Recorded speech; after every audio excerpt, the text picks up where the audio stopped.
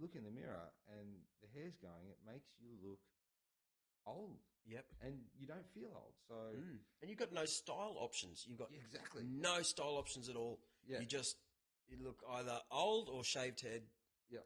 You can't live your life like that. And there's no need to now. That's the thing is, there's no need to. You can change it tomorrow. And it's pretty much socially accepted anyway. Yeah. That's the thing. Like, you can go get it done. You can either worry about it and secretly worry about it because you don't want to tell anyone that you're concerned about it, or you can just get it fixed. Yeah. And the funny thing is like cosmetic surgery is now so broadly accepted. If someone goes and has Botox done, or has like a little mini facelift, or if someone has a bit of liposuction, or the great one, the boob job, like everyone loves it. Girls make their own like Twitter and Facebook accounts purely based on their new boobs. Yeah. And Instagram, but when you talk about hair for guys, everyone goes, "Oh no, that's a secret. Secret men's business." Yeah. And they generally don't talk about it. So it's very. They'll change it if they. Yeah, it will change. I think it will change definitely with getting back to this barbering thing, where guys like to look good. We went through from the 70s right through. There was all different styles of haircuts for guys, but they were generally pretty. They were either very fierce with the punk scene, or very undone hairdos. So either quite long hair or scruffy looking. Like you cut it yourself. Yep. But now with this whole barber thing, with this very and the hipster generation, where it's very stylized haircuts and they're very, very sharp. They don't want to lose their hair. Yeah. They are going to want those haircuts. They want to go to the barber and have a haircut. They want that social situation, and they want to dress well. They want to look good. So, that's where, And for business, like you don't want to look. Everything, shaved heads look business aggressive for women. You want to be able to go for that job and still look like you've got a lot of years in you. Yeah. Or you're not this. You can see some sadness in some guys' eyes. Yeah. And you can see that they're same with girls who really don't like their boobs for whatever reason. Yeah. Right? And those girls. Everyone knows those girls. They're a good friend of yours, and you think. You're a great-looking girl, and she's like, she's got something about it she doesn't like. Yeah.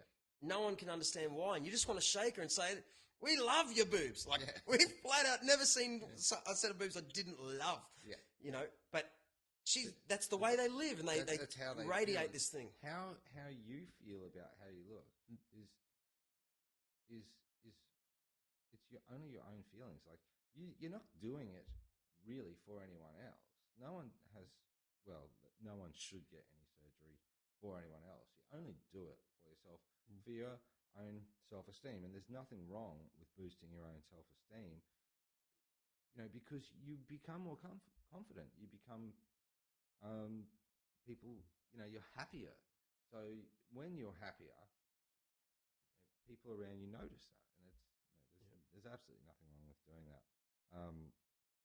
Hey, what's the go with your hair, you thick man-haired guy? Well, that's the funny thing. You can't see Mark, but he's got the thickest head of hair, big beard, man. Yeah. So long. he's like the kind of guy you're like, I want your hair, you bastard. Well, actually, to be honest, if you look closely, my hair receded back about half a centimetre, just above my temples. That started when I was 26.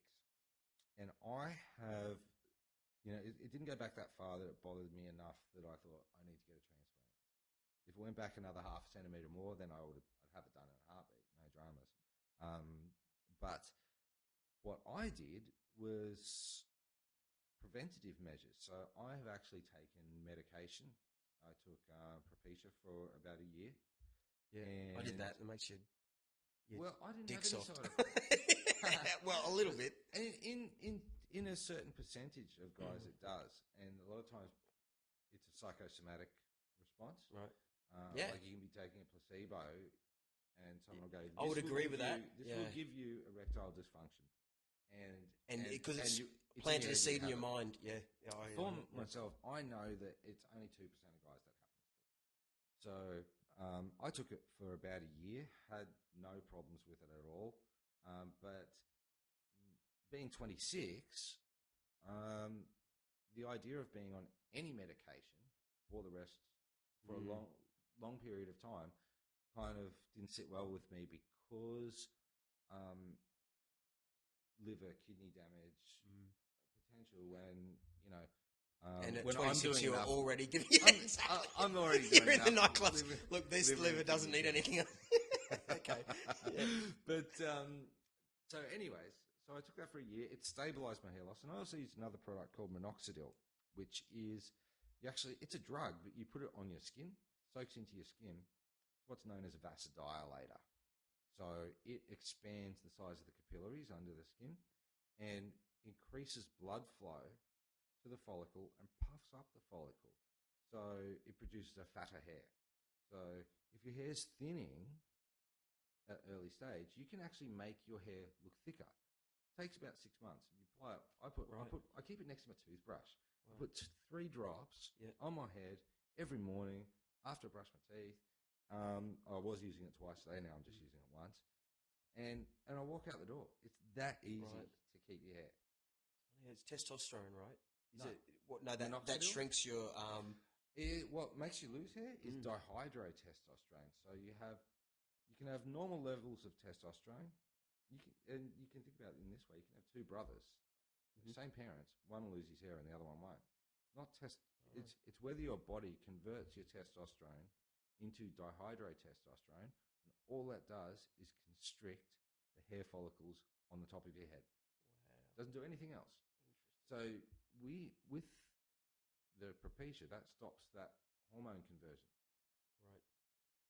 But what we have now is a product that we've actually made is a natural version of that. It's basically it's not classed as a drug. It's classed as a supplement.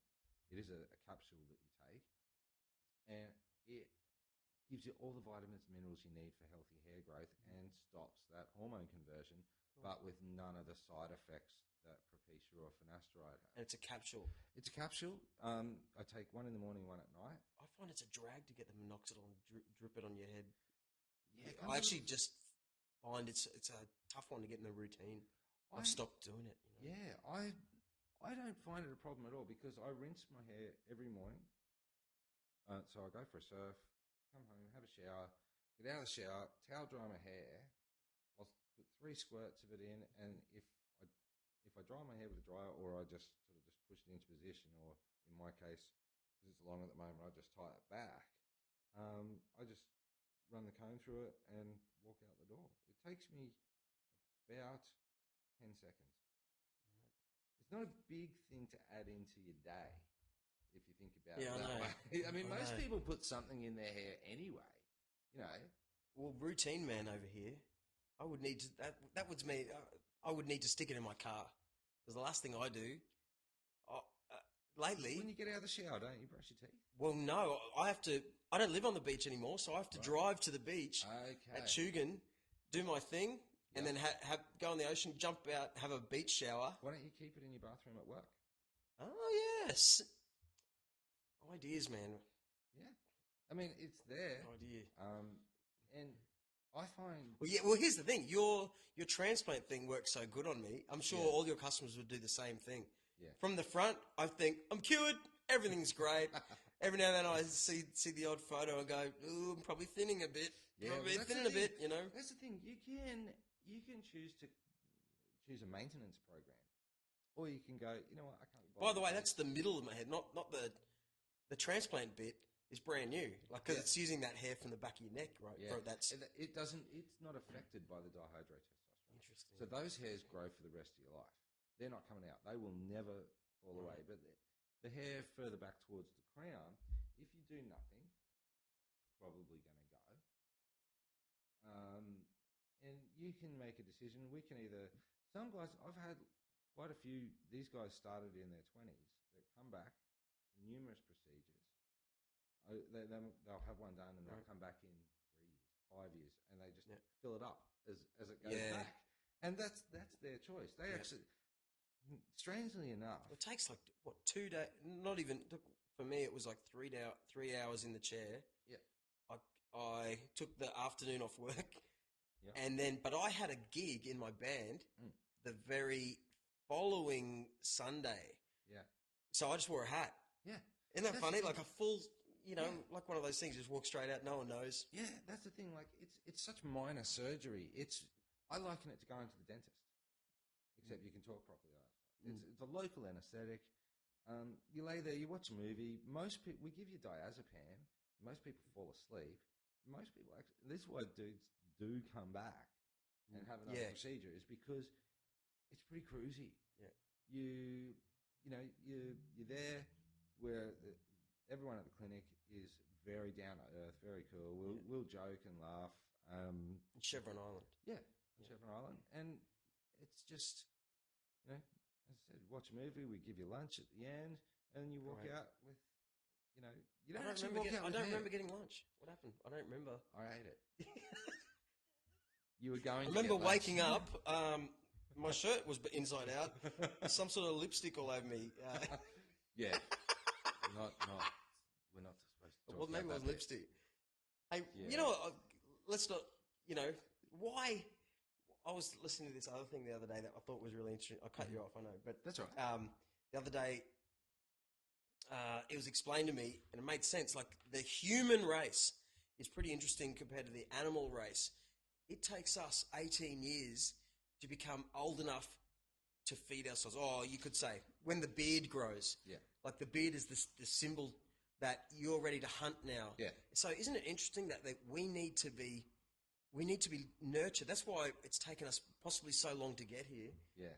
We need to be nurtured for so long, mate. You can't imagine if the power went out today, how we would probably guaranteed starve. Like if Survivor Man can't survive 10 days, we would probably be done, right? Yeah. So I always think, what the hell's a beard for? Like the beard. Why? What would you? It's just hunting and hair being in cool. general. Hair in general, not cool, like warm, is an evolutionary thing. Now we don't necessarily need hair. Yeah. Okay. And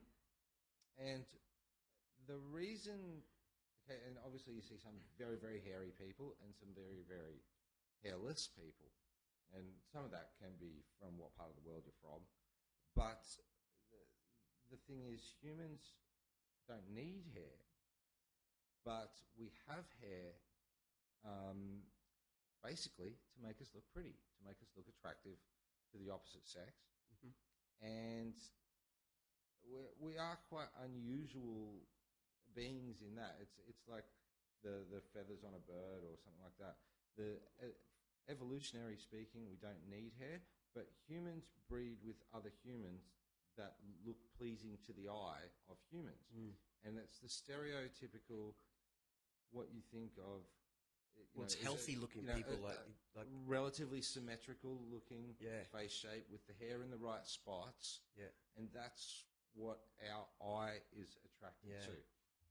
It's same as actually if you're talking back to the whole breast augmentation thing, is human women have disproportionately large breasts for the size of the animal.